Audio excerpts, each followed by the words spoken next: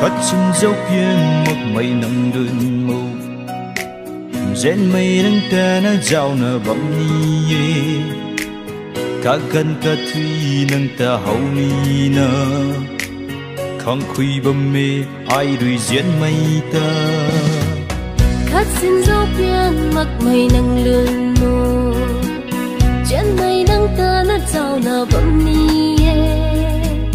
cả gần cả thủy nắng ta hậu ni na khăng khuy bầm mê ai đuổi diễn mây ta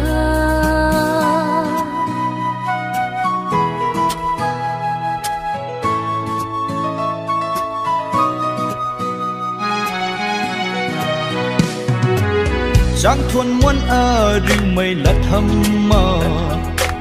dệt mây này bấm mê lấy cơ khâu sa phật ni mây lung lên quay khăm mây ma ghê các khiêm lông la ghê cari muốn non nim pon ram gai say tình ni ipan pat lo rio chen mây bầm khâu rơi cari muốn non nim pon ram gai say tình ni ipan pat lo rio chen mây bầm khâu rơi phát lâu là ghê tung duyên mây quỳ nắng ta phát lâu là ghê tung duyên mây quỳ nắng ta hiện lâu cần thế đúng không duyên mây duyệt pi đuôi hiện lâu cần thế đúng không duyên mây duyệt pi đuôi cắt chân dấu biên một mây nắng lươn màu rèn mây nắng ta na giàu na bấm ni cả gần cả thủy nắng ta hậu ni na không khuy bầm mê ai đuổi diễn mây ta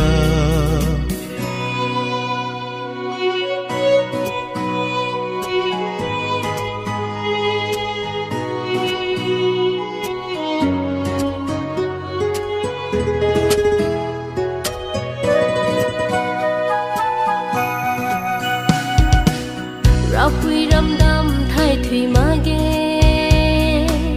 ai cùng xì ni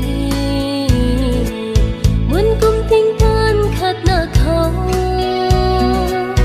sau đàn băng khô ninh mây khát sky mặc na gian na băng khô ninh mây khát sky mặc na gian na băng khô các băng xin bạc ma định tân bầm khô in tân cùng tân mây ấy râm diễn khát xin dấu biên mặc mây nắng lươn mù chân mây nắng ta nát giàu na bấm ni cả gần cả thủy nắng ta hậu ni na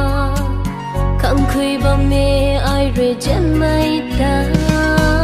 cắt chân dấu biên mặc mây nắng lươn mù